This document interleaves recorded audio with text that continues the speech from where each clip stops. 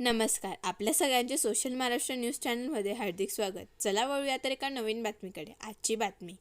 गेल्या 16 महिन्यांपासून बंद असलेली जवाहर सूतगिरणी सुरू करावी, त्याचबरोबर कामगारांची PF ग्रॅज्युएटी मिळावी, यासाठी आज धुळे तालुक्यातील मोराणे शिवारात असलेल्या माजी आमदार कुणाल पाटील यांच्या सूतगिरणीबाहेर कामगारांनी आंदोलन केलं.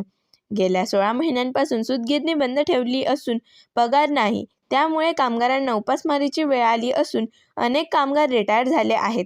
त्यांचा PF ग्रॅज्युएटी ही देखील अनेक वर्षांपासून मिळालेली नाही. जवळपास 2000 कामगारांवर ही वेळ आली असून मागण्या मान्य कराव्यात, अशी मागणी करत सूतगिरणीच्या प्रवेशद्वारावर कामगारांनी आंदोलन केले. येत्या 8 दिवसात जर मागण्या मान्य झाल्या नाही तर मात्र रस्ता रोको करून असा इशारा देखील यावेळी कामगारांनी दिला. हीच आमची मागणी.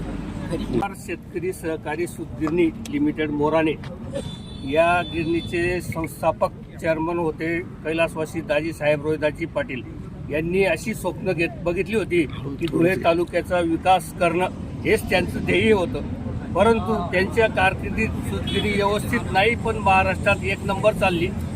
नंतर त्यांचे चिरंजीव बाबासाहेब कुणालजी रोहिदास पाटील यांच्याकडे गिरणीचा हातभार दिल्यानंतर त्यांनी 10 वर्षामध्ये दाजी साहेबांच्या जेवढ्याही संस्था होत्या, ते जवाहर कुक्कुटपालन असो, जवाहर पशुखाद्य असो, किंवा जवाहर महिला सूतगिरणी असो, किंवा जवाहर रोटो सूतगिरणी असो, या सर्व गिरण्यांना ताळा लावला आणि जवळजवळ 5000 कामगार आज माझी टोटल यांच्यावर उपासमारीची वेळ आणली.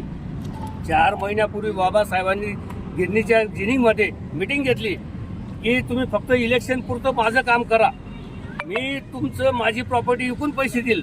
बाबासाहेबांना आम्हाला सर्वांची ही विनंती आहे की तुम्ही इलेक्शनमध्ये 500 कोटी खर्च करू शकता, फक्त 50 कोटी गिरणी कामगारांचे पैसे भरू शकत नाही.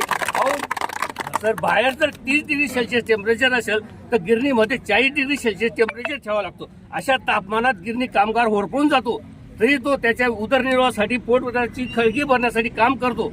अशा कामगारांचं रक्त पूर्ण शोषित झालेलं आहे. तरी सुद्धा अशी परिस्थिती असून सुद्धा आमचे माजी आमदार आदरणीय बाबासाहेब यांना कसल्याही प्रकारची क्यू येत नाही, कसल्याही प्रकारची दयामाया येत नाही. वेळोवेळी त्यांनी 30 वर्षात 35 वर्षात गिरणीमध्ये कुठल्याही प्रकारची युनियन होऊ दिली नाही, कुठलेही कामगार संघटितच राहू दिले, त्यांनी संघटित कधीही होऊ दिले नाही. आणि जे बिचारे झाले त्यांनी इथून बडतर्फ केले. आता एवढं असल्यावर सुद्धा तुम्ही 2 वर्षापासून जवाहर सूतगिरणी बंद ठेवली. अहो जवळजवळ टोटल 3000 कामगार आहेत. 3000च्या मागे त्यांचं जवळजवळ उदरनिर्वाह जर केलं तर 30,000 लोकांवर उपासमारीची वेळ आलेली आहे. एवढं कळून सुद्धा आम्ही जवळजवळ इलेक्शन पासून तर 4 महिन्यापासून कुणाल बाबांची भेट घेतो. बाबा नाही आहेत, मुंबईला आहेत. व्हाईस चेअरमनची भेट घेतो, व्हाईस चेअरमन साहेब दिल्लीला आहेत. MD साहेबांची भेट घेतो, MD साहेबांचा मोबाईल स्विच ऑफ आहे. पण कामगारांनी जायचं कोणाकडे? बातमी आवडल्यास चॅनलला लाईक व सबस्क्राईब करा व दररोज अशा नवनवीन बातम्या पाहण्यासाठी चॅनलला फॉलो करा. धन्यवाद.